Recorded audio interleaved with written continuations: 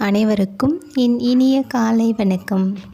புத பகவானின் அருளோடும் அம்மையப்பன் அருளாசிகளுடனும் இன்றைய நாள் உங்களுக்கு இனிதான நாளாக அமையட்டும். சிவாய நம. திருச்சிற்றம்பலம்.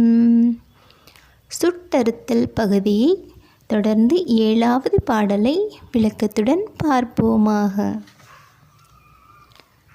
தனியனின் பெரும் பிறவி பவ்வத்து எவ்வ தடம் திரையால் என்றுண்டு பற்று ஒன்று இன்றி கனியை நீர் துவர்வாயர் என்னும் காலால் களக்கொண்டு காமவான் சுரவின் வாய்ப்பட்டு இனி என்னே உய்யுமாறு என்றென்று எண்ணி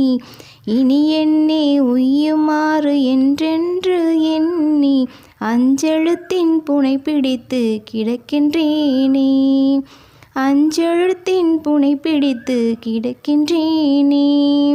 முனைவனே முதல் அந்தம் எல்லாம் அல்லல் கரை காட்டி ஆட்கொண்டாய் மூர்கனேற்கே.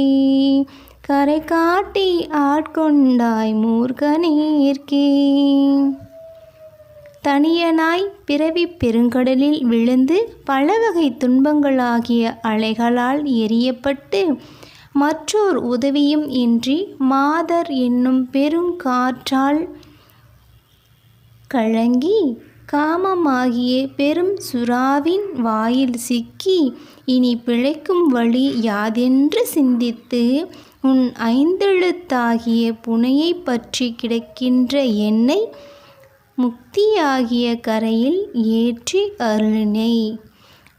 நாம் ஐம்புலன்களில் ஆசைக்கு வசப்பட்டு நம் அனைத்தையும் மறந்து கிடக்கின்ற பொழுது இறைவன்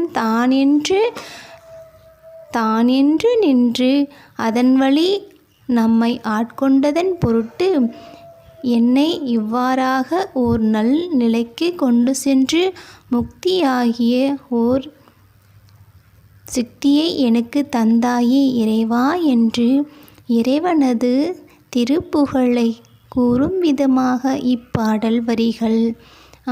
நாம் பலவகை இன்னல்களுக்கு உள்ளாவதற்கு காரணம் நம்முள் எழுகின்ற ஆசைகள்தான் அதற்கு பெரும் காரணமாக இருக்கின்றது. அதனை போக்கினால் நிச்சயம் பக்தி என்னும் தெளிய ஓர் மார்க்கம் நமக்கு நிச்சயம் நல்வழி தரும். சிவாய நம. அதற்கு ஒரே வழி இறைவனது திருவடி பற்றுதலே ஆகும். திருச்சிற்றம்பலம்.